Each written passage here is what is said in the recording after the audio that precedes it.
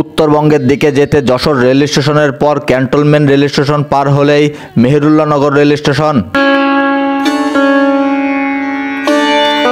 মেহেরুল্লাহনগর rail station থেকে উত্তর দিকে একটু এগিয়ে গেলেই বাম দিকে দেখা মিলবে পাখিশাহের মাজার শরীফ। মাজারের খাদেম ও স্থানীয়দের বলা ভাষ্যমতে একজন বৈরাগী জীবনযাপনকারী ব্যক্তি, সে স্থানীয়দের কাছে পাগল হিসেবে পরিচিত এবং এই অঞ্চলে থাকত। সেই পাগলের মৃত্যুর পর তার মৃতদেহ রাস্তার পাশে পড়ে থাকলে এক ঝাঁক পাখি তার দাফন কাফনের জন্য উপর থেকে তার লাশের উপরে টাকা ফেলে।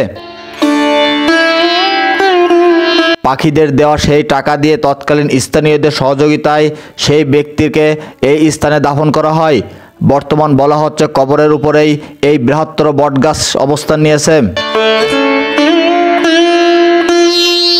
পাখিদের এমন আশ্চর্যজনক কর্মকাণ্ডের উপর নির্ভর করেই এই মাজার শরীফের নামকরণ হয়েছে।